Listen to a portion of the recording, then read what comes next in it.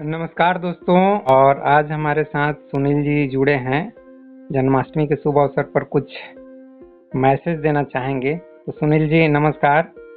जी जी नमस्कार नमस्कार। सुनील जी, सबसे पहले मैं गीता के एक श्लोक से बात शुरू करना चाहता हूं। आपने भी सुना होगा, I think not only India, पूरे वर्ल्ड में सबने सुना होगा कि जदा जदा ही धर्मस्य ग्लानि भवति भारत। जी जी वो मतलब अब मैं हिंदी में ही बताऊंगा, संस्कृत मेरी इतनी अच्छी नहीं है।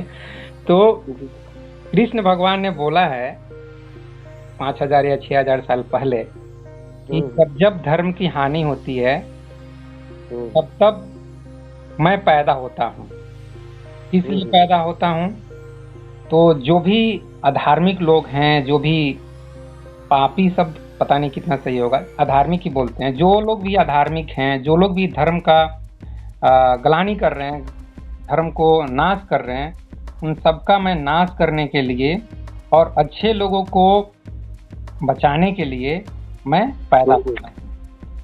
अब लोग इस इंतजार में हैं। रिसेंटली एक पिक्चर भी आई थी कल की, अमिताभ बच्चन उसमें थे, आपको मालूम होगा।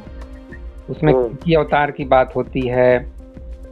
द्रोणाचार्य के बेटे अश्वत्थामा, वो 6,000 साल से अभी तक जिंदा है। कृष्ण ने उनको आशीर्वाद दिया था, क्या उसको बोलते हैं, आशीर्वाद ही बोलते हैं ना, श्राप दिया। कृष्ण ने तो उनको श्राप दिया था कि वो जीवित रहेंगे, लेकिन रक्त उनके बहता रहेगा जख्म से, जो हाँ, उन्होंने उनके सिर से निकाल दिया था।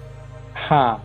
तो मैं आपसे सवाल करता हूँ कि लोग तो इस इंतजार में हैं कि कब कल्कि अवतार पैदा हो या कब श्री कृष्ण पैदा हो। और हिंदू धर्म से अलग हटकर हम जाएं तो लोग बुद्ध का भी इंतजार कर रहे हैं। शायद गौतम बुद्ध ने भी कुछ प्रॉमिस किया है कि मैं 2,500 साल बाद पैदा होऊंगा, कुछ मैत्रीय के रूप में, एक दोस्त के रूप में, ऐसा कुछ मैत्री भाव के साथ ज्ञान देने के लिए। उसी तरीके से जीसस के बारे में कहा जाता है कि जीसस कमिंग सून, कितने जगह पे लिखा हुआ आपको मिल जाएगा। और भी बाकी धर्मों में भी कुछ न कुछ इस तरह की बातें हैं। और ये सब बातें इसलिए भी है क्योंकि आत्मा अमर होती है, आत्मा अनश्वर होती है, इस तरीके का हमारे अंदर विश्वास फैलाया गया है। तो मेरा सवाल यही है कि आज के टाइम पे कि आज से पहले भी जाएंगे तो लास्ट 2-2,500 साल से इतिहास जितना हम लोग पढ़े हैं, जानते हैं, तो अधर्म तो हमेशा इस धरती पे रहा। और खासकर जब फर्स्ट वर्ल्ड वार हुआ, सेकेंड वर्ल्ड वार हुआ, उस समय अधर्म चरम सीमा पे होगा। मतलब हिटलर लाखों लोगों का जान मार दिया, स्टालिन मार दिए, मुसोलिनी मार दिए, निर्दोष लोगों को हत्या कर दिए। उससे बड़ा अधर्म तो शायद ही कभी इस धरती पे हुआ होगा। बाकी छिटपुट तो ये सब घटनाएं घटते ही रहती है कि हर एक दिन कुछ रिकॉर्ड है। शायद इंडिया में 25-30 लड़कियों का रेप हो जाता है, मर्डर हो जाता है, या हर एक घंटे में होता है। एग्जैक्ट डाटा मुझे देखना पड़ेगा गूगल पे। तो चोरी, रेप, मर्डर सब कुछ हो रहा है, प्रतिदिन हो रहा है। रिसेंटली यूक्रेन और रशिया का वार, उधर हमास और मतलब गाजा और क्या क्या वार चल रहा है, वहाँ भी हजारों लोग मर रहे हैं, तड़प रहे हैं, दुख और परेशानी में जी रहे हैं। तो अधर्म कहाँ मतलब नाश करने के लिए कृष्ण या गौतम बुद्ध या जीसस कोई भी पैदा नहीं हो रहा है। तो लोग कैसे धर्म पे विश्वास करें? मतलब जो भगवान बोल के गए हैं वो अपने ही बात पे खरा नहीं उतर रहे हैं, तो बाकी लोग क्यों नहीं बेईमान बन जाएं, क्यों नहीं झूठे बन जाएं? कोई भी बोल देगा कि जब श्री कृष्ण ही झूठे हैं, नहीं तो अभी तक पैदा क्यों नहीं हो रहे, गौतम बुद्ध क्यों नहीं पैदा हो रहे हैं, जीसस क्यों नहीं पैदा हो रहे हैं। तो जब मतलब ये जिनको भगवान की तरफ पूजा जाता है वे अपने बात को नहीं साबित कर रहे हैं, तो हम आम आदमी का क्या है? हम तो झूठ करेंगे, बेईमानी करेंगे, रेप करेंगे, जो मन में आएगा करेंगे। क्या बोलना चाहेंगे इस बारे में आप? जी जी बिल्कुल। सभी को जन्माष्टमी की शुभकामनाएं। जी जी देखिए, अध्यात्म को बोला जाता है एक तरह से रहस्यवाद भी। अच्छा। कि इसमें बहुत सारे रहस्य होते हैं। एक आध्यात्मिक व्यक्ति कोई बात बोलता है तो केवल उस बात में एक बात नहीं अनेक बात हो सकता है। जी जी। तो आपने ये तो कृष्ण की बात सुनी है, लेकिन आपने एक और बात भी सुनी होगी कि कण कण में ईश्वर है। सुना है। ठीक है। और यही चीज सनातन को बाकी धर्मों से अलग करता है कि कण कण में ईश्वर है। और दूसरा चीज एक स्टेप और आगे कि मैं ही ईश्वर हूँ, अहम ब्रह्मास्मि। हाँ, ये व्यक्ति बोलता है, मतलब कोई कुत्ता बिल्ली ये सब लोग नहीं बोलते हैं, अब पता नहीं। हाँ, व्यक्ति ही, मनुष्य ही। ठीक है, जब जिस मनुष्य को ये होश है, समझ है, जिसको ये समझ है कि कण कण में ईश्वर है, तो वो देखता है कुत्ता बिल्ली सियार, भूमि, मिट्टी, पत्थर, कण कण, पहाड़, पत्थर, जो भी चीज है सब में जब वो ईश्वर देखता है, तो ये भी सच है विद्यात्म का। और एक जब वो इसके मतलब की प्रकाष्ठा पे जाता है तो वो जब बोलता है अहम ब्रह्मास्मि, मैं ही ईश्वर हूँ। ठीक है, मैं ही ब्रह्म। तो ये जो घोषणा है, जो इन दोनों के बाद का आप तीसरा नंबर का बात कर रहे हैं। पहला तो कण कण में ईश्वर है, दूसरा अहम ब्रह्मास्मि, और तीसरा धर्म का स्थापना करने वाला और अधर्म का विनाश करने वाला बात जो आपने रखा। तो इसके पहले की जो दो कड़ी थी वो इसमें नहीं है। इस बात में कृष्ण ने जो कहा है कि जब जब मतलब कि धर्म की हानि होगी तो मैं आऊंगा। तो मैं मतलब कौन? अगर कण कण में ईश्वर है तो इसका मतलब हर माँ के गर्भ से ईश्वर ही पैदा होता है। हर माँ के गर्भ से ईश्वर ही पैदा होता है। अगर कण कण में ईश्वर है तो वो जो बच्चा पैदा हो रहा है वो भी ईश्वर है। तो ये तो बात को जलेबी के जैसा घुमाना हो जाएगा। नहीं, अभी हम लोग क्या बात किए, अभी हम लोग बात किए ना कि अगर जिलेबी की तरह घुमाने की तरह नहीं है, या तो कण कण में तो ईश्वर नहीं है, ये नहीं मानना है। तो कहने का मतलब हर एक बच्चा ही कृष्ण हो गया, आप ये कहना चाह रहे हैं? नहीं, मैं बोल रहा हूँ कि कण कण में ईश्वर है तो वो हर जो बच्चा पैदा हो रहा है वो भी ईश्वर ही पैदा हो रहा है। ईश्वर पैदा। लेकिन दूसरा जो स्टेप है, धर्म का अहम ब्रह्मास्मि, धर्म का नाश नहीं कर रहा है ना वो, जिस तरीके से कृष्ण तो जैसे तीन स्टेप है इसका। पहला कण कण में ईश्वर है, दूसरा अहम ब्रह्मास्मि, और तीसरा अधर्म का, धर्म की स्थापना और अधर्म का विनाश। ये तीन स्टेप है, एक सीरीज है। ठीक है, जब कोई व्यक्ति उस अवस्था में जाता है जो कि सारे ब्रह्मांड के सारे रहस्यों को देख पाता है, तो वो ये भी देखता है ना कि कण कण में ईश्वर है। तो वो जानता है कि जब धर्म की अति होगी तो जो कण कण में ईश्वर है उसमें से कोई और तो घोषणा करेगा ना, किसी को तो होश एक समय आएगा कि मैं ईश्वर हूँ। अच्छा, जिसको ये आप और मैं अपने आप को कृष्ण से अलग मानते हैं, लेकिन कृष्ण आपको और मुझसे अलग नहीं मानते हैं। उस अवस्था पे है जिसमें वो संपूर्ण ब्रह्मांड को अपना रूप देखते हैं। लेकिन मैं और आप क्या देखते हैं कि मैं केवल मैं हूँ और आप केवल आप हैं। तो आप लेकिन हाँ, आपका कहने का मतलब ये हो गया, जैसा कि मैं भी कुछ इसी तरीके से समझता हूँ कि हम सबके अंदर वो आत्मा है, वो होश है, और जब अधर्म फैल जाता है तो हमारे अंदर का वही होश, वही आत्मा और बलवती होते चले जाती है, और वो फिर वो कृष्ण का रूप लेना चाहती है। जैसे कि हम इस रूप में सुभाष चंद्र बोस को देख सकते हैं, भगत सिंह को देख सकते हैं, या गांधी जी को भी देख सकते हैं, क्योंकि उन्होंने भी कभी कभी कड़े स्टेप्स लिए थे अंग्रेजों के अगेंस्ट में। तो हमारे अंदर कहने का मतलब जो आत्मा है या अवेयरनेस है वो अधर्म का नाश करने के लिए जागृत हो उठती है, ऐसा ही कुछ कहना चाहते हैं आप? हाँ, वही चीज है कि पहला तो कण कण में ईश्वर है, मतलब हर बच्चा माँ के कोख से ईश्वर ही पैदा हो रहा है। दूसरा कि अब उसको ये अनुभव नहीं है कि अहम ब्रह्मास्मि, लेकिन किसी को तो ये होगा। जब हुआ है तो कोई पे बढ़ रहा है तो किसी ना किसी को तो एक होगा। और जब वो रो रहा है तो वो तो जैसे मैं नहीं समझता हूँ, आपको मैं अलग समझता हूँ, आप मुझे अलग समझते हैं, लेकिन वो तो नहीं समझते हैं। तो ईश्वर जब कृष्ण उस अवस्था में बोले तो वो उस अवस्था में बोले कि जिस अवस्था में वो पूरे ब्रह्मांड, पूरे संपूर्ण जगत को अपने अंदर समाहित समझते हैं, तो कुछ भी पैदा हो रहा होगा, ईश्वर ही होगा। तो वो बोलते हैं कि जब जब हानि होगी तो मैं आऊंगा, धर्म की हानि होगी।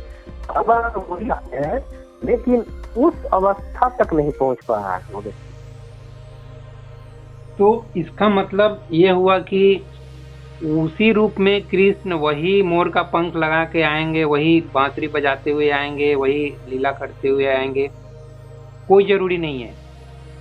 हर अवतार, आप पहला अवतार से लेकर के बाकी अवतारों को देख लीजिए, एकदम अलग रहेगा।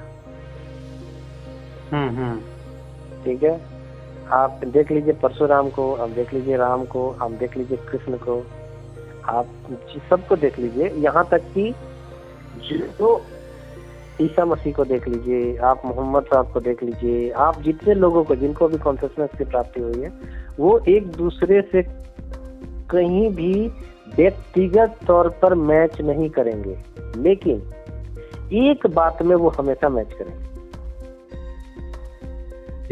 धर्म की स्थापना।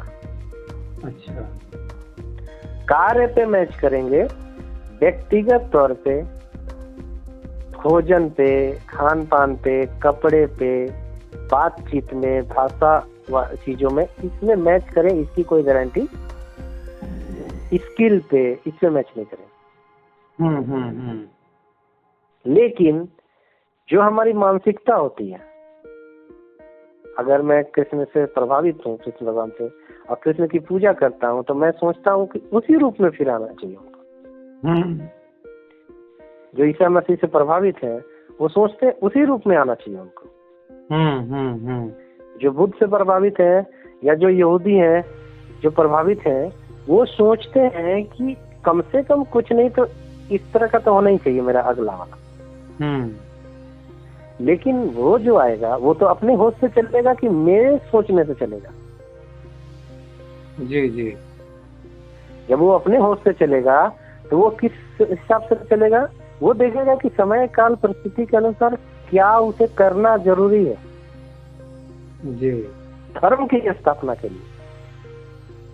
जी जी। क्योंकि जो धर्म की स्थापना के लिए कार्य राम ने किया, जो धर्म की स्थापना के लिए कार्य नानक ने किया, जो धर्म की स्थापना के लिए कार्य कृष्ण ने किया, सबने धर्म की स्थापना के लिए ही कहा।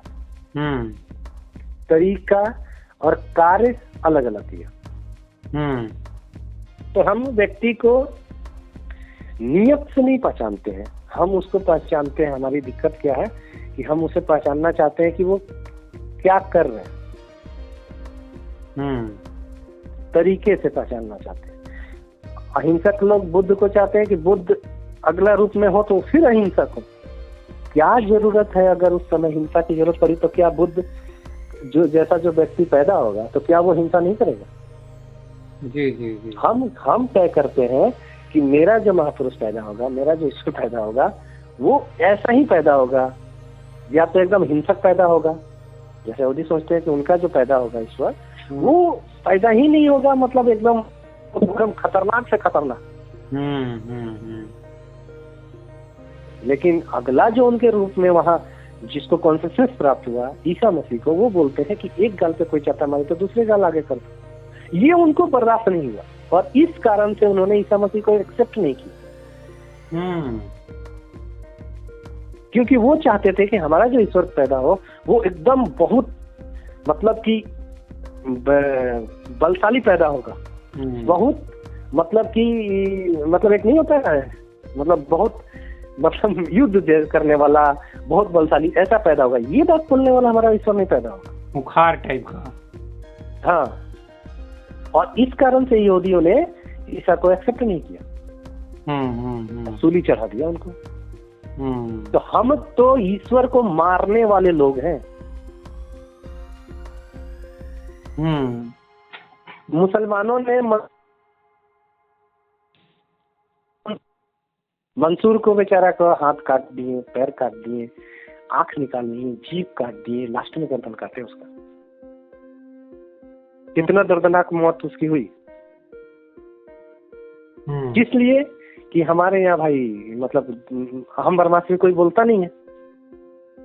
अच्छा, एक चीज बताइए, ये अहम ब्रह्मास्मि अगर हर एक, और उसके पहले आपने बोला हर एक व्यक्ति के अंदर वो कण-कण में मतलब भगवान है, हर एक व्यक्ति के अंदर भगवान है, कण-कण में भगवान है। तो एक सवाल आम आदमी पूछ लेता है कि जब कण-कण में भगवान है तो फिर कोई व्यक्ति कैसे मर्डर कर रहा है, कैसे रेप कर रहा है, कैसे बलात्कार कर रहा है, कैसे गलत काम कर रहा है, हिंसक व्यवहार कैसे कर रहा है? तो क्या है? आप कोयला के बारे में देखिए, आप साइंटिफिक तौर पे बात कर रहे हैं, ठीक है। कोयला को आपको एक बात तो पता है, अभी जितने भी लोग इस युग में हैं उनको पता है कि कोयला से ही हीरा बनता है। लेकिन क्या सारे कोयला हीरा बन सकते हैं? हाँ, उतना टेम्परेचर, प्रेशर और दबाव में सब कुछ मिले परिस्थिति तो बनेंगे, यही है ना, साइंस तो यही है। हाँ, लेकिन सबको वो दबाव, टेम्परेचर, माहौल मिलता है? नहीं, सबको जैसा तो नहीं मिल सकता है ना। नहीं मिल सकता है। सेम इंसानों के साथ है। कृष्ण व्यक्ति वैसा क्यों होगा? कृष्ण जो पैदा हुए वैसा क्यों होता है? कृष्ण ही इस धरती पे एक ऐसे मनुष्य पैदा हुए जिनके पैदा होने से पहले मौत तय की गई। यहाँ तक कि माँ के गर्भ में आने से पहले भी ये तय कर दिया गया कि ये जो नंबर पे बच्चा आएगा उसे जन्म लेते ही मरना है। ये आपके और मेरे साथ तय हुआ है क्या? नहीं। आप इतने असुरक्षा में कभी अपने आप को रखे? नहीं। तो आप और हम उस स्थिति को या उस तरह के इंसान कैसे हो सकते हैं जैसे कृष्ण हूं? दूसरा, जब वो होते हैं तो उस समय किसी तरह से कृष्ण को एक जगह से दूसरी जगह ले जाएगा, लेकिन इनको बचपन में ही हर समय उनके ऊपर मौत मंडरा रहा है। क्या आपके और मेरे बचपन में ही मौत मंडराता था हमारे ऊपर? नहीं, ऐसा हमारे साथ कुछ नहीं। जब मौत मंडराता नहीं था तो हम उससे बचने की प्रैक्टिस कैसे करेंगे? जी। उस परिस्थिति में कृष्ण जैसा व्यक्तित्व तैयार हुआ है, और कृष्ण तैयार हो पाए ऐसा बहुत सारे लोगों की जिंदगी में आया होगा जिनको मतलब कि मौत मंडराता और मार दिए गए हो, लेकिन कृष्ण उसमें सरवाइव हो पाए। सारे लोग सरवाइव भी नहीं हो पाए, या नहीं हो सकते। जैसे हर कोयला हीरा नहीं बन सकता जी। तो संभावनाएं हैं, श्योरिटी नहीं है। तो मैं ये बात कर रहा हूँ। हाँ, आप सही बोले। तो ये कोई व्यक्ति कृष्ण कैसे बन जाता है, ये इसका आंसर आपने दे दिया। सवाल फिर वहीं पे लेके जाता हूँ कि कोई व्यक्ति रेप कैसे करता है, मर्डर क्यों करता है? मतलब उसके अंदर भी भगवान है, जिसका रेप हो रहा है उसके अंदर भी भगवान है। तो कोई व्यक्ति आराम से क्वेश्चन करेगा कि भाई ये क्या मतलब हुआ, एक भगवान दूसरे भगवान का रेप कर रहा है, दूसरा भगवान उसका रेप हो जा रहा है, ना तो ये रुक रहा है ना वो रोक पा रहा है। तो इस चीज को कैसे एक्सप्लेन करेंगे आध्यात्मिक दृष्टिकोण से? देखिए, मनुष्य की बहुत सारी संभावनाएं हैं। जैसे कोयला की 2-3 संभावनाएं हैं कि वो चारकोल हो सकता है, कोयला हो सकता है, ग्रेफाइट हो सकता है, हीरा हो सकता है, ठीक है। लेकिन मनुष्य की उससे ज्यादा संभावनाएं हैं। वो रेफिस्ट भी हो सकता है, वो ईश्वर भी हो सकता है, वो कमजोर भी हो सकता है, ओके। वो और भी बहुत सारी चीजें हो सकता है। और जैसे वो जो चीज होगा वैसी उसकी गति चलेगी। तो इसमें भगवान का क्या रोल है? क्योंकि आम आदमी समझना चाहता है कि भगवान है क्या चीज, मतलब भगवान कैसी शक्ति है। ये इस शक्ति को थोड़ा और जितना गहराई से जितना एक्सप्लोर कर सकते हैं उसको एक्सप्लोर कीजिए जी। देखिए, इसके लेयर्स हैं। जो आप जो चीज को आप भगवान करना चाहते हैं उसके बहुत सारे लेयर्स हैं, ठीक है। एक लेयर में वो नहीं है। जैसे कि वो कोई व्यक्ति बैठा हुआ नहीं है ऊपर में जो है हो। ये तो क्लियर है। ऐसा कोई, हाँ, एक बहुत सारे लेयर हैं। जैसे कि मान लीजिए एक लेयर को मैं समझाने का कोशिश करता हूँ, जो उसका फर्स्ट लेयर है। फर्स्ट लेयर जो ईश्वर का है वो है न्यूट्रल। कैसे? जैसे कि सागर है, सागर में शार्क भी है, हवेल भी है, कछुआ भी है, छोटी मछलियां भी हैं, सांप भी है, और अनंत बहुत सारे जीव हैं, अनगिनत। ठीक है। तो अभी हम पानी जो है उसको ईश्वर मान लेते हैं। ओके। ईश्वर का सिंबल मान रहे हैं, ईश्वर नहीं मान रहे हैं, सिंबल मान रहे हैं, कल्पना। जैसे हम लोग मैथ में मानते थे ना, एक्स किसी चीज को, ये इक्वल टू एक्स, पानी इक्वल टू ईश्वर मान लेते हैं। तो इसमें क्या है कि हवेल को भी जिंदा रहने के लिए क्या चाहिए? पानी। वो पानी में ही जिंदा रहेगा ना। शार्क को भी जिंदा रहने के लिए क्या चाहिए? पानी। सबके लिए पानी। छोटी मछली के लिए भी जितना, घड़ियाल के भी इतना, सबके लिए इतना। लेकिन जब वो शार्क किसी मछली को, छोटी मछलियों को खाएगी, वहां पे वो पानी ना उसे बचाए, ना शार्क को रोकेगा और ना मछलियों को बचाएगा। ना मछली खुद को बचा पाएगी। मछली बचाए, अब उसका स्किल काम आएगा। वो अगर कोशिश, शार्क की कोशिश नहीं करता है शार्क, तो भूखे मरेगा। अगर शार्क कोशिश नहीं करता है तो वो भूखे मरेगा। अब मछलियां कोशिश नहीं करती हैं बचने की, तो शार्क के मुंह में जाएंगी। किसकी कोशिश कितनी ताकतवर है, इससे निर्भर करेगा कि कौन किस तरह से सरवाइव करेगा। लेकिन पानी न्यूट्रल है। पानी न्यूट्रल है। ये फर्स्ट लेयर है ईश्वर का। ओके। जब किसी लड़की का रेप हो रहा है, अब कोई व्यक्ति उसका रेप कर रहा है, ईश्वर वह न्यूट्रल है, फर्स्ट लेयर। ठीक है। वो ना रेप करने वाले को रोक रहा है, ना जिसका रेप हो रहा है उसको बचा रहा है। उस स्त्री की क्या गलती है? उस स्त्री की ये गलती है कि वो ताकतवर अपने आप को नहीं बनाई। गलती नहीं बोलेंगे, हर एक व्यक्ति एक जितना फिजिकली स्ट्रांग हो जरूरी नहीं, बात वो नहीं है, बात वो नहीं है। आपको जंगल देख रहे हैं ना, जंगल में आपको जिंदा रहना है, तो आपके लिए क्या असुरक्षा आ सकता है, आपको तो पहले से उसके लिए तैयारी रखनी होगी ना। लेकिन हम जंगल में तो नहीं है ना, हम सिविलाइज सोसाइटी में हैं हम। अब वो लड़की का रेप हो रहा है, जिस सोसाइटी में हर सेकेंड लड़की का रेप हो रहा है, वो जंगल नहीं है, सोसाइटी है। आपके लिए सोसाइटी है क्योंकि आपका घर सुरक्षित है, मेरे लिए सुरक्षित सोसाइटी है क्योंकि मेरा घर सुरक्षित है। जिस लड़की का हर सेकेंड रेप हो रहा है उसके लिए सोसाइटी है। नहीं, सिविलाइज सोसाइटी तो नहीं होगा, तभी तो वहाँ हो रहा है ना। जब नहीं है तो ये जंगल ही है ना।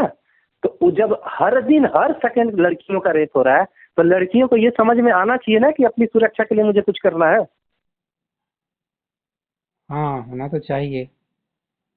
नहीं होना चाहिए तो फिर जब रेपिस्ट रेप करे तो भगवान को बुलाइए। तो पानी न्यूट्रल है, तो न्यूट्रल है तो नहीं आएगा। ये क्यों, ये समझ में व्यक्तियों को नहीं आता है। क्यों नहीं आता है? इसका सेकेंड लेयर, जब व्यक्ति बोलते हैं कि कण कण में भगवान है, तो जब किसी व्यक्ति को ये एहसास होता है अहम ब्रह्मास्मि, तो वो व्यक्ति ईश्वर का रूप बन करके खड़ा हो जाता है। और जब जब उसके समय में कुछ ऐसा होता है तो वो व्यक्ति कृष्ण के रूप में खड़ा होकर के लोगों की रक्षा करता है। और जब वो व्यक्ति चला जाता है जिसने ये घोषणा की थी अहम ब्रह्मास्मि, तब हम उसकी पूजा करते हैं, उस तरह का व्यक्ति नहीं बनाते हैं।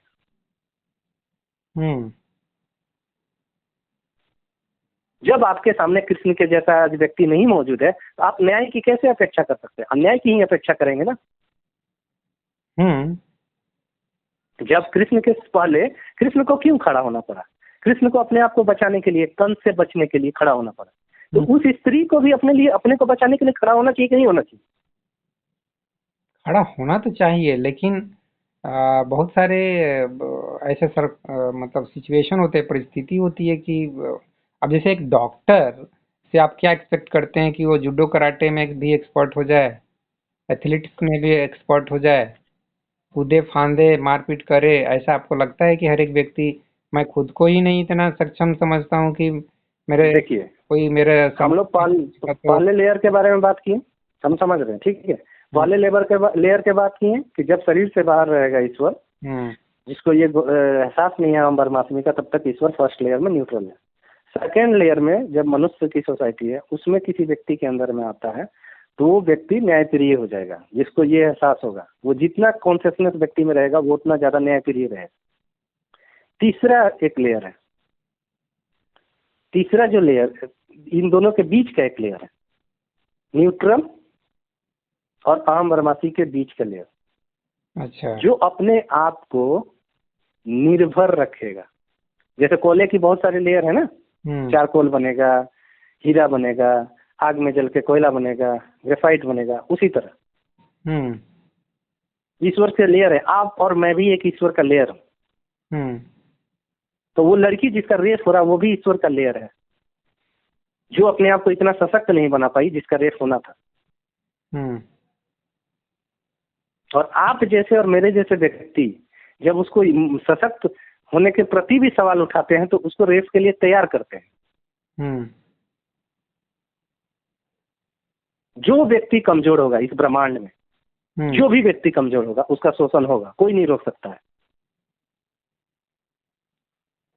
तो मतलब जो लोगों के मन में बैठा है कि भगवान पैदा होंगे जब धर्म की हानि होगी, लोगों के ऊपर अत्याचार होगा, लोग दुखी और परेशान होंगे, तब भगवान पैदा होंगे, तो इस मतलब लोगों के मन से इस जो कृष्ण ने बोला है उसको निकाल देना चाहिए, अब खुद सशक्त होना चाहिए, ये आप कहना चाहते हैं? कृष्ण तो खुद सशक्त हुए थे।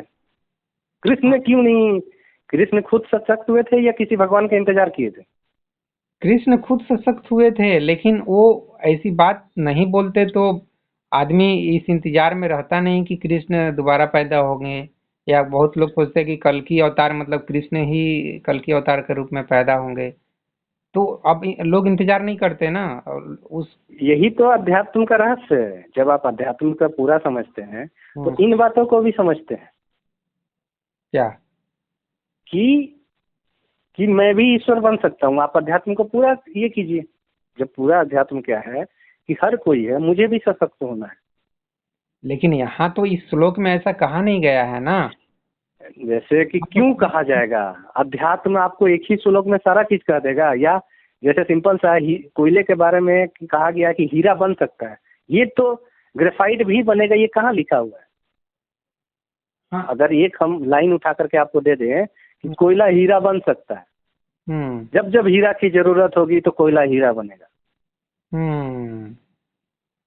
इसमें बाकी चीज तो हम बोले नहीं ना कि ग्रेफाइट भी हो सकता है, चारकोल भी हो सकता है, आग आग की भट्टी में भी जलेगा। ये तो मैंने बोला नहीं उसमें। बोल लेना मतलब अधूरा छोड़ दिए ना, तो अधूरा नहीं छोड़ दिए, ये अपनी समझ का दायरा है कि इतनी संभावनाएं हैं मनुष्य की। अनंत संभावनाओं में से एक संभावनाओं को उन्होंने बोला है। अच्छा, तो जो पॉजिटिव वाला बात है वो बोल दिए, बाकी इसको जैसे कृष्ण ने एक लाइन और बोला है, मैं देवताओं में कामदेव हूँ, मेरे वृक्षों में कल्प वृक्ष हूँ। ये आपने सुना है ना? ये वाला सुनिएगा, इसमें भी उन्होंने बोला है मैं इसमें ये हूँ जो हर चीज में सर्वश्रेष्ठ है। अच्छा, उन्होंने ये भी बोला है मैं इसमें ये हूँ, इसमें ये हूँ, इसमें ये हूँ। तो पॉजिटिव वाला में सर्वश्रेष्ठ बोले हैं, नेगेटिव वाला में बोल दिए हैं कि मैं राक्षस हूँ, ऐसा कुछ भी बोले हैं क्या? संभावना, आपको बेटर बनने की तरह संभावना अच्छा लगता है या खराब चीज आपको होने में मजा आता है? नहीं, जो चीज खराब है उसको रूपांतरित कैसे किया जाए? नहीं, जैसे कीचड़ है, ठीक है। तो कमल होने में देखिए, कीचड़ ही कमल है। साइंस से देखा जाए तो कीचड़ ही कमल है। कमल कीचड़ से ही ना कमल निकल रहा है। हाँ, तो ये कमल निकल रहा है। आप जब कमल को तोड़ेंगे, या किसी भी चीज को, सब कुछ को तोड़ेंगे, तो फाइनली वो लास्ट फेज में क्या टूटेगा? सेल्स के रूप में आ जाएगा, एटम्स के रूप में आ जाएगा। तो एटम को आप क्या, जब कोई व्यक्ति इस चीज को समझेगा तो वो सर्वश्रेष्ठ चीजों को ही बताएगा ना कि कमल होना अच्छा है, कि वो भी बोले कि नहीं नहीं मैं कीचड़ भी हूँ। कीचड़ भी ये समझ तो अपनी डेवलप करनी पड़ेगी ना, कि सारा इतिहास कहानी एक व्यक्ति सब कुछ बैठ करके बैठा दे जो नहीं है। हो सकता है उस समय के व्यक्तियों को उन्होंने समझाया हो।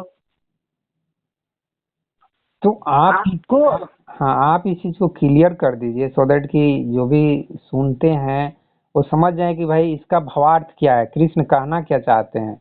इस चीज को एकदम क्लियर कर दीजिए क्योंकि मैं इस चीज को इसी तरीके से समझता हूँ कि हर एक व्यक्ति के अंदर वो मतलब जो चीज कृष्ण के अंदर है, वो जागरूकता, वो क्षमता, वो अवेयरनेस, वो लड़ने की भी फाइटिंग स्पिरिट, वो चीज हर एक व्यक्ति के अंदर है। और वो जितना ही ज्यादा उसको डेवलप करता है प्रयास से, मेहनत से, एक्शन से, रिएक्शन से, वो उतना ही ज्यादा कृष्ण के जैसा व्यक्तित्व वाला बनते चला जाता है। नहीं, हर चीज हर किसी, ठीक है बिल्कुल सही है, लेकिन हर केवल संभावनाएं हैं, श्योरिटी नहीं है। हाँ, ये भी आप हीरा भी बना सकते हैं, चारकोल भी बनेंगे। जो जितना संघर्ष करेगा, जो जितना अपने आप को तैयार करेगा, वो उतना उस तरफ सर्वश्रेष्ठ की तरफ बढ़ेगा। और जो नल्ला रहेगा, जो कम से कम अपना उपयोग करेगा, कम से कम संघर्ष करेगा, वो नल्ला बनेगा। ओके। तो ये तो व्यक्तिगत है ना कि मैं क्या करूं। कौन व्यक्ति आपको समाज में आप जाकर के पूछिए कितने लोग संघर्ष करना चाहते हैं। हाँ, ये तो बात आपकी सही है, संघर्ष करने से नहीं आपके चाहने और मेरे चाहने से नहीं होगा ना, ये व्यक्तिगत संभावना है। हाँ, और वो संभावना तब तक नहीं विकसित होगी, न रूपांतरित होगी या फ्रूटफुल होगी जब तक कि आप संघर्ष न करें, प्रयास न करें। संघर्ष से बेहतर है प्रयास। प्रयास जब तक आप नहीं करेंगे वो फ्रूटफुल नहीं होगा, वो प्रकट नहीं होगा। ये आप कहना चाहते जी जी। तो कैसे होगा, जा करके तो कोई नहीं कर सकता है। एक एक कोयला को आप बोले कि संघर्ष करना होगा, तब ना वो हीरा बनने की संभावना है, लेकिन वो प्रयास कौन करेगा। और इस घटना को अगर मैं अपने नजरिए से देखूं जो कलकत्ता में हुआ है, उसको मैं इस तरीके से सुनने लिए देखता हूँ कि वो अवेयरनेस तो उस व्यक्ति के अंदर भी है, जो जिसको हम रेपिस्ट बोल रहे हैं, बलात्कारी बोल रहे हैं, शायद संजय सिंह क्या कुछ नाम है ऐसा कुछ। और वो अवेयरनेस, वो आत्मा, वो कृष्ण वाला एलिमेंट वो लड़की में भी है।